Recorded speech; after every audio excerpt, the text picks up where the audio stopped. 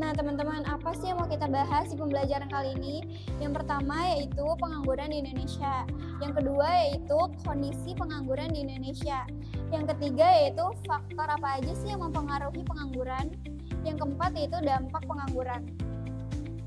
Apa sih tujuan pembelajaran kali ini? Yang pertama, mengetahui pengangguran. Yang kedua, mengetahui penyebab-penyebab pengangguran. Yang ketiga, mengetahui dampak pengangguran. Pengangguran adalah masalah besar bagi negara maju maupun negara berkembang, seperti yang ada di Indonesia. Pengangguran di Indonesia bersifat fluktuatif yang menandakan bahwa kesejahteraan masyarakat belum stabil. Pengangguran di Indonesia itu menjadi salah satu masalah yang cukup besar. Kenapa? Karena di Indonesia jumlah orang yang membutuhkan pekerjaan gak sebanding dengan lapangan pekerjaan yang ada, sehingga banyak masyarakat yang belum mendapatkan pekerjaan. Contohnya, kasus yang berada di Jakarta. Banyak lulusan SMA dan SMK di sana yang melamar pekerjaan. Tetapi karena saking banyaknya pelamar pekerjaan, gak sebanding dengan lowongan pekerjaan ada, akibatnya masih banyak pengangguran di sana.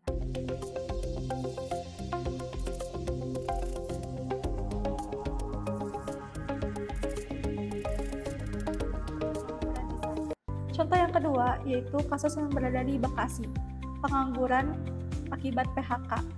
Banyak perusahaan yang mengurangi karyawannya. Akibatnya banyak pengangguran di sana.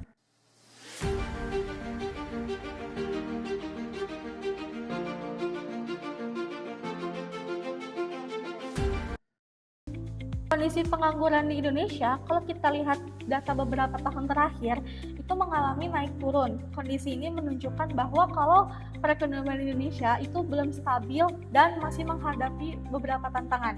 Mari kita lihat data akhir-akhir ini. Secara garis besar, kondisi ketenagakerjaan kita sekarang sedang menunjukkan pemulihan yang sangat bagus. Angka pengangguran tidak hanya turun, tapi penyerapan tenaga kerjanya juga sangat masif. Pertumbuhan ekonomi biasanya menciptakan lapangan kerja lebih bertambah dibandingkan pencari kerja. Karena apa? Kalau misalnya pencari kerja lebih banyak, maka pengangguran akan tetap naik. Ada 4 faktor penyebab pengangguran. Yang pertama, kesenjangan pasar kerja. Jumlah pencari kerja itu lebih banyak dibandingkan lowongan pekerjaan. Nah, di infografis ini kita membahas tentang kesenjangan pasar kerja, yaitu kondisi di mana kemampuan atau jumlah tenaga kerja yang tersedia tidak sesuai dengan kebutuhan dunia kerja. Yang kedua, kurangnya keterampilan, skill mereka tidak sesuai dengan yang ada di lowongan pekerjaan tersebut.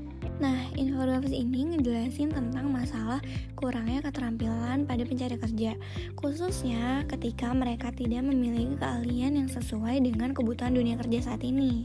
Yang ketiga, penggesekan ekonomi kinerja kerja karena proses pindah kerja. Nah, pengangguran gesekan ini tuh pengangguran yang sifatnya sementara. Biasanya terjadi karena orang lagi dalam proses cari kerja atau pindah kerja. Dan yang terakhir, resesi ekonomi. Banyaknya perusahaan mengurangi karyawan seperti di PHK dari perusahaannya tersebut. Jadi, di infografis ini ngebahas tentang resesi ekonomi. Resesi itu kondisi di mana ekonomi lagi turun banget dalam waktu tertentu. Selanjutnya ada dampak pengangguran. Pengangguran dapat berdampak pada kehidupan masyarakat, seperti menurunnya pendapatan, meningkatkan kemiskinan, serta munculnya berbagai masalah sosial. Pengangguran juga dapat menghambat pertumbuhan ekonomi negara. Peran pemerintah dan investasi. Pengeluaran pemerintah dan investasi asing sebenarnya dapat membantu mengurangi pengangguran. Namun dalam kenyataannya belum semua kebijakan investasi mampu menyerap tenaga secara maksimal. Jadi sebenarnya pemerintah dan investasi itu punya peran penting buat mengurangi pengangguran. Misalnya lewat pengeluaran negara atau masuknya investasi asing. Itu bisa membuka lapangan pekerjaan baru. Tapi kenyataannya nggak semua kebijakan atau investasi itu langsung efektif. Kadang belum bisa menyerap tenaga kerja secara maksimal, jadi masih ada pengangguran. Dalam kondisi nyata, Dalam beberapa kondisi, peningkatan investasi atau bantuan dari pemerintah belum tentu langsung menurunkan pengangguran. Hal ini bisa terjadi karena adanya ketidaksesuaian tenaga kerja atau kurangnya kesempatan kerja yang tersedia. Jadi kenyataannya, walaupun pemerintah sudah kasih bantuan atau meningkatkan investasi, tentu itu belum bisa langsung mengurangi pengangguran. Soalnya kadang kemampuan orang belum bisa menyesuaikan dengan pekerjaan yang ada. Ditambah lagi lapangan kerja yang juga masih terbatas, jadi tidak semua orang bisa langsung dapat kerja. Nah, hal yang perlu diperhatikan agar pengangguran dapat berkurang, diperlukan keseimbangan antara pertumbuhan ekonomi, jumlah tenaga kerja, serta ketersediaan lapangan pekerjaan. Semua faktor ini saling berkaitan satu sama lain. Nah, gambar ini ngejelasin tentang cara mengurangi pengangguran, yaitu dengan menjaga keseimbangan antara 3 hal penting. 3 hal penting itu apa aja sih? Yang pertama, pertumbuhan ekonomi, jumlah tenaga kerja, dan ketersediaan lapangan pekerjaan. Nah, kesimpulannya, pengangguran di Indonesia dipengaruhi oleh berbagai faktor ekonomi dan masih menjadi tantangan yang perlu diperhatikan. Oleh karena itu, diperlukan upaya yang tepat dari pemerintah dan masyarakat agar jumlah pengangguran dapat terus menurun.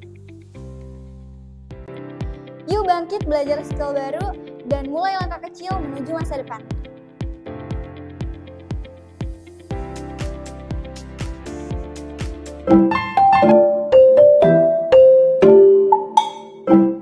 Nah, solusi dari saya, kita butuh yang namanya lebih dari sekedar bantuan sosial dan reformasi pendidikan yang lebih praktis serta keberanian untuk menciptakan peluang sendiri lewat ekonomi yang kreatif. Pembahasan masalahnya itu bukan dari kita yang malas, tapi karena ada ekosistem yang makin kompetitif dan juga ada celah yang besar antara kemampuan kita dan kemauan pasar, itu bakal jadi bom sosial yang besar kalau misalkan dibiarkan terus-menerus.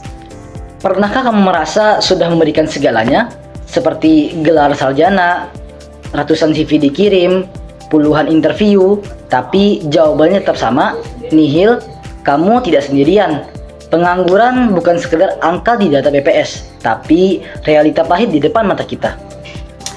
Teman-teman, pengangguran adalah urusan kita bersama. Mari kita berhenti menghakimi mereka yang belum bekerja dan saling mendukung. Bagikan info loker, dukung usaha temanmu, atau luangkan waktu untuk berbagi ilmu. Karena satu dukungan kecil darimu bisa menjadi secercah harapan bagi mereka. Yuk lebih peduli lagi.